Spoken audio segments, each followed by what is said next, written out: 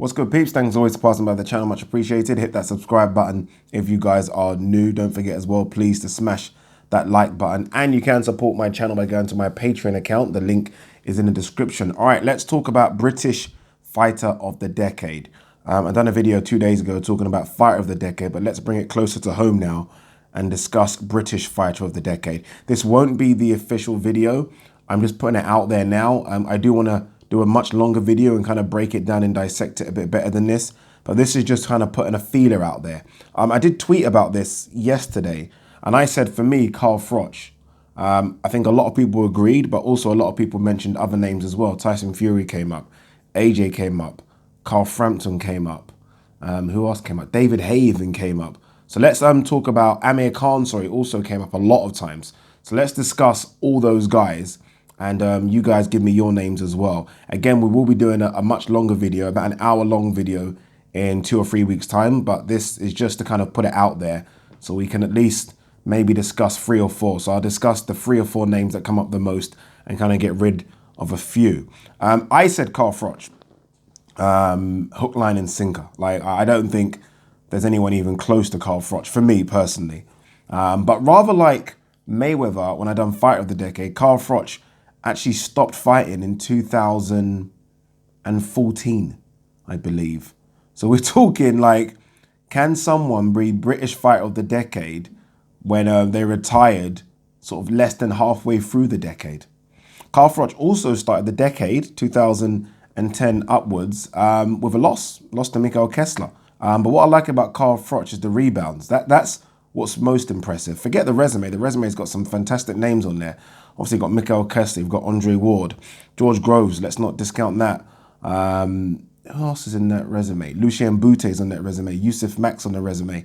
One's before the decade, obviously Jean-Pascal and Dural, but they were before the decade. So some good names, but it's the rebounds with Carl Froch. So he lost to Mikhail Kessler and then rebounded and fought Arthur Abraham away from home. A lot of fighters nowadays, you hear it, wanting that home advantage. Carl Froch was happy to kind of fight away from home, didn't mind. People might say it's because he wasn't the A side and had to fight away from home, maybe, but regardless, he fought away from home. So yeah, so Mikhail Kessler lost, then backed up with an Arthur Abraham win. Very, very good boxing performance. Unlike a Carl Froch performance, used the jab, stayed on the outside, and pretty much just destroyed Arthur Abraham. It was actually easy work in the end.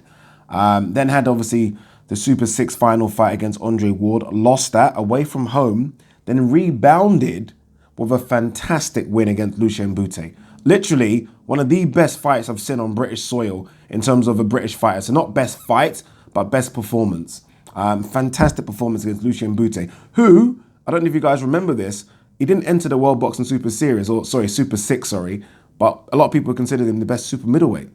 So Carl Froch had to rebound and fight an unbeaten guy after coming off a loss, and did that and won.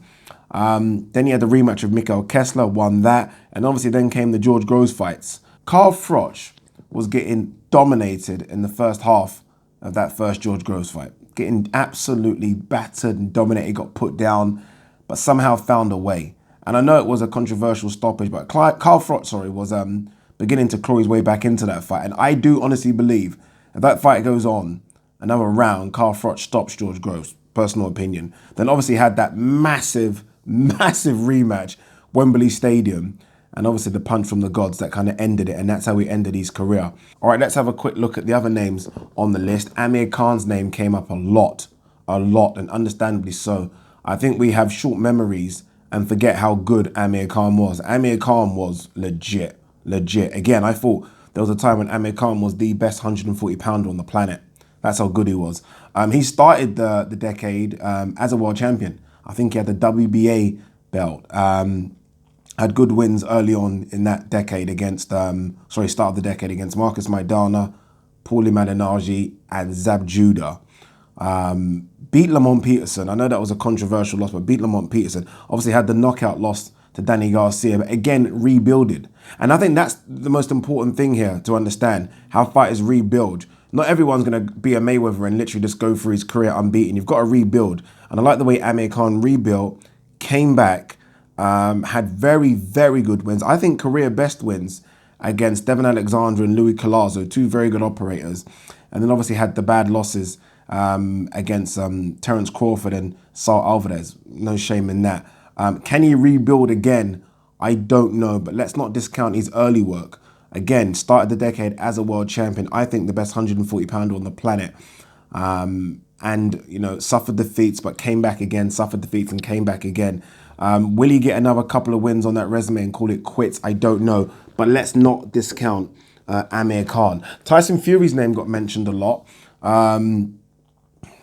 It's difficult, isn't it? It's difficult to put him in. Can he be in as the man that beat the man? I mean, let's be honest. He did go over there to Germany, away from home, and beat the long-standing champion as a massive underdog. It wasn't the greatest fight, but that doesn't matter. He got the belts, right? Got the job done.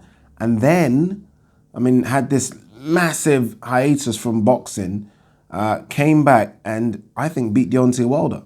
The record books will say he got a draw, but even if you give him it as a draw, it's still great, right? Can he go in just on 2 performances? I think so. I think you've got to put him in just because who was those 2 performances against? The circumstances and the fact that he fought away from home. You've got to give sort of points to those 2 things. So I think Tyson Fury can be in the discussion. Carl Frampton's name got mentioned a few times. There are some good wins in there. I think the Donaire win, by the way, keeps on looking better and better, especially when you consider what Donaire and Inoue kind of served up for us a few weeks back. So that's a good win. Scott Quigg was a big fight, right? Emmy and Arena. I loved how Scott Quigg was the home fighter, but the Irish people just drained out that place. Literally, the noise was fucking ridiculous. Ridiculous. Fantastic performance. Good fight as well. Leo Santa Cruz, good fight. It's a shame he didn't beat him in the rematch. If he did beat Leo Santa Cruz in the rematch, there's a good argument for him being British Fighter of the Decade. And then he lost to Josh Warrington. So it's almost like those 2 losses, if you could reverse those 2 losses, I think Carl Frampton probably is up there with Carl Froch. But I think just because of those 2 losses to Leo Santa Cruz and to Josh Warrington, I'm not quite sure. He is fighting again, I think. Is it this weekend or next weekend? Let's see what he does. But I think you can add him to the discussion, but I'm not sure if he's Fighter of the Decade. What other names were mentioned? Anthony Joshua. Anthony Joshua became world champion after what? Was it 16 or 17 fights?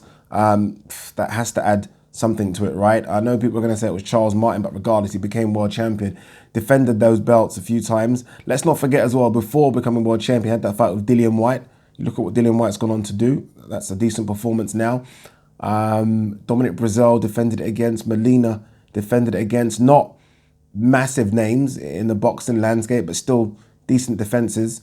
Added a belt to that when he beat Vladimir Klitschko. Added a few belts to that when he beat Vladimir Klitschko in that back and forth war. Great fight. Fantastic fight that was. Wembley Stadium, 90,000. Joseph Parker, Carlos Takam, Povetkin. These are all decent names, by the way. Let's not discount these names. I know a lot of people will because there is this anti-Joshua thing going on, but let's not discount those names. Those are decent heavyweight operators. Lost to Ruiz.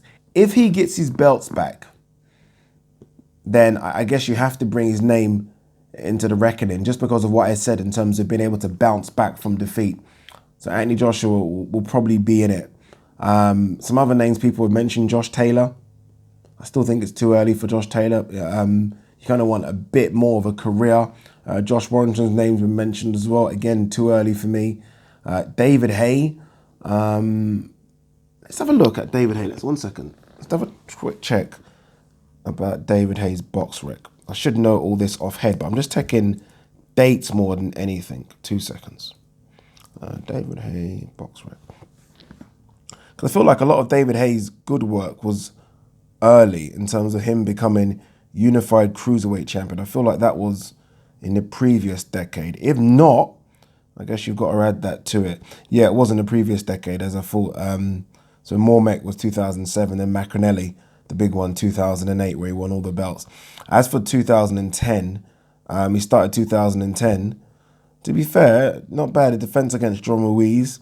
Then he had the stinker against Audley Harrison, and then lost in that stinker against Vladimir Klitschko. And since then, nothing really. Chisora, De Moye, and then back-to-back losses against Tony Bellew. So no, David Haye won't be in it, which is a shame. Decent fighter, underrated. So those are the names really. Those are the ones we're talking about. So Carl Froch, for me, landslide. Amir Khan, though, can make a good argument. I can understand how. Tyson Fury, because of those wins against Klitschko and Wilder. Joshua, obviously, heavyweight champion, a little run at heavyweight. Can he get his belts back? And Carl Frampton. Who have I missed out? I feel like I might have missed someone out that is so obvious. But I don't think so. I don't think so. Again, people have named like James DeGale, Callum Smith. Not for me, nowhere near that yet. But let me know what you guys think. Peace.